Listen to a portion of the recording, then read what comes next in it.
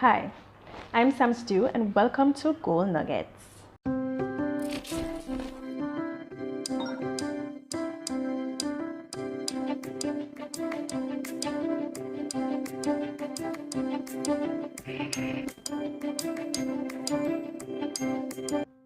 Let's talk about proof of income and documentation. Now, income in general is earned by way of trade. You're trading your time, your energy, your skills and expertise, services, and so on for something valuable like money, gold, food, bitcoins, etc., etc. Now, your proof of income may vary based on your type of employment. Now, your type of employment can be categorized by employed, contracted, or self-employed. Now, for employed persons, your proof of income is not so hard for you to get. Your employer would prepare a job letter. You have your pay slips that you get on a monthly basis, and you have your salary bank deposits. Now, similarly, for contracted persons, you would have a document prepared by your employer, referred to as your contract. You may or may not have pay slips, and you, in most cases, would also have salary bank deposits. Today, we're going to focus on self-employed persons, and particularly micro business owners. So when we talk about micro business owners, we're talking about persons such as hairdressers and barbers, taxi operators, farmers, bar owners, shop and mini supermarket owners.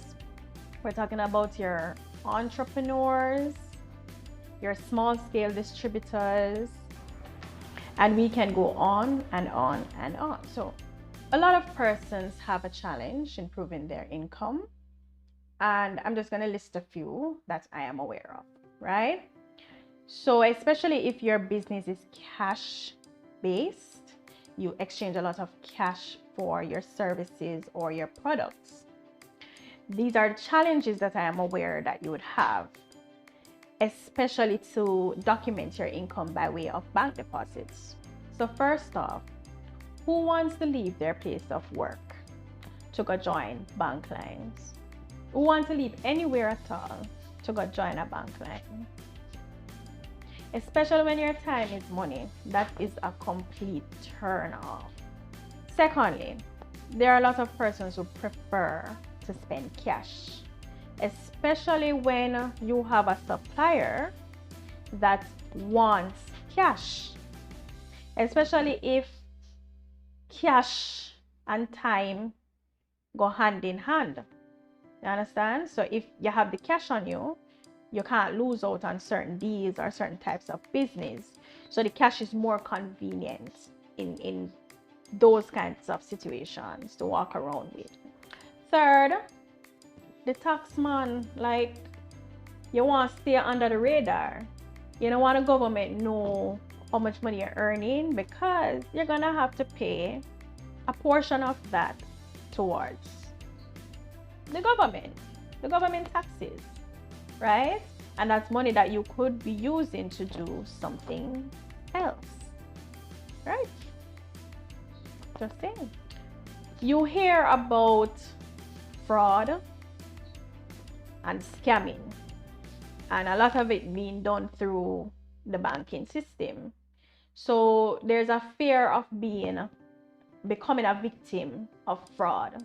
So when you deposit your funds in the account, you're not sure if you're going to be safe from these persons who are going to take advantage of the money that you have put away, especially because you can't see it, right? And then there are bank fees, like fees for everything. You lodge your money, you pay a fee. You want to take out your money, you pay a fee. There's a fee. The bank charges a fee for the different types of services that they provide. And that is money that you don't want to be spending, right, unnecessarily in your eyes. And lastly, I don't really understand the banking system. And if I don't understand something, I really want to do it, right? Because we don't know what's happening. How does the system work? When you lodge your money, what happened? You know, how can I feel and trust that my money is safe? Because I don't really understand how bank work, right? So I know many of us don't do things until or unless we see the benefits of it, right? So why is it important for you to document your income? And when I say document your income, for the most part, you have to include a bank account in this scenario. So here are a few reasons why I think it's very important. One that is very relevant, COVID-19 drop in, right?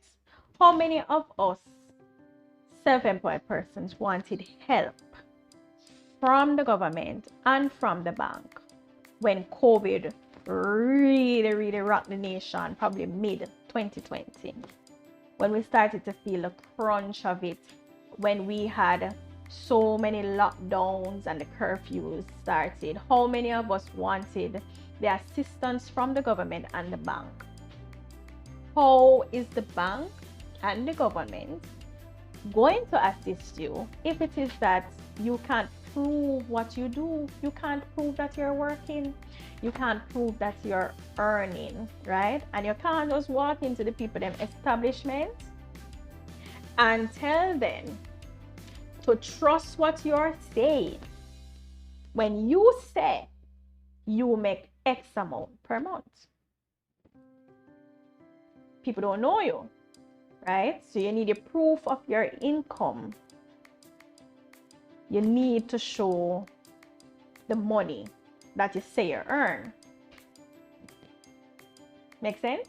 Secondly, if it is that you've been able to grow your business with the cash that you've been earning, at some point your growth is going to stop. You're gonna cap.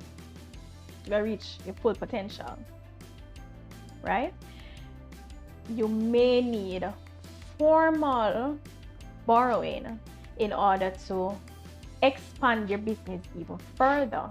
And as such, you have to be able to prove your income and establish a relationship with whichever entity that you plan to borrow from. You're going to have to prove your income and establish a relationship with that company in order to benefit from whatever facility they're offering you, so that you can grow your potential and you can expand your business further than where it is right now, right? To get bigger and better.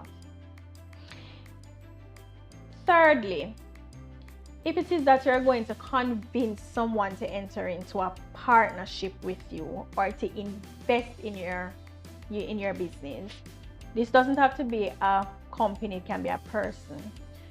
In order to convince this person, telling this person what it is that you're doing and where you see your business can grow with their help, conversation thing not gonna work most of the times, right? So you need to document your income so you can show this person the proof that, listen, this is where I'm coming from and this is how my business has been doing. And if I get your help, this is how far I can see the business going, right? And even further than I can foresee. So you need to document your income because that's where you're going to start from. That's the basis of your arguments, why you need to encourage this person to invest in you, to invest in your venture so that you can take it further. And thirdly, if it is that you have a goal that you want to accomplish and you're going to need the bank to help you, then you need to show the bank proof of income, right? So if you're going to buy a car, if you're going to buy a house, if you're going to buy equipment, right? If you're going to expand the range of goods that you have, you're going to need to borrow. You're going to need to prove the income that you say you're earning. Remember, we're going back to the same place. You cannot tell people that this is the amount that you're going to earn and then them just offload thousands of dollars to you, especially with the bank, because the bank is lending you based on the deposits that they get from persons. So they have to be able to earn back now from your borrowing to pay back these persons, right? And to run the business. So the bank is not going to trust you if you don't have a relationship with them. And if you don't have proof of income, you can't just walk off the street and the bank is going to trust that, yeah, you say you earn what you earn, and so definitely you're going to be able to pay me back. It's not so it work, my friend. It's not so it work. So yeah, we have our reasons why we don't want to deposit our monies in the bank, why we don't want to document what it is that we're doing. But as the good old saying goes, you can't have your cake and eat it too. So if you're gonna need help, formal help from any institution or government, you're going to need to prove your income, right, by documenting it. And I'm referring to your paperwork and your bank deposits. All right. So finally, we can look at the various ways of proving your income. And many a times you will have to combine these in order to satisfy the requirements of whatever institution that you're going to. So the very basic of proof of income that goes hand in hand with the other types is the bank deposits. You need to be passing the money through a bank account. That is the most basic way of proving that you earn what you say you earn. So even if you can't deposit all of it, because sometimes you have the cash and it don't make no sense to deposit all the cash because you need some of it immediately. Deposit as much of it as possible month over month, right? And try to keep your deposits consistent for a minimum of 1 year. And there are various ways of conveniently making your bank deposits. So the bank allows you to use the ATM to deposit straight into your account. And you can go to the ATM 24 hours in a day, right? You can also make your deposits through the use of point of sale machines. So everybody have card nowadays. Get a little point of sale machine and have your customers swipe their cards instead of giving you cash. So those are two ways that you can avoid the long bank line. If people sending you money through PayPal or through money transfer, you can select the option for direct deposit to your bank account, so that when they pay you online, that money goes right into your bank account, and that provides ease for you, and that allows you to avoid the long lines. Registration documents. So register your business. Always a good thing to register your business, no matter how small. Your certificate of registration or incorporation is proof that you legitimately do what you say you legitimately do. Having a license is also another proof of income. Like, for example, farmers, if you register with RADA provides assistance to you in the running of your day-to-day business, and they also provide you with a little license that you can show anyone, show that, yeah, I am legitimately a farmer.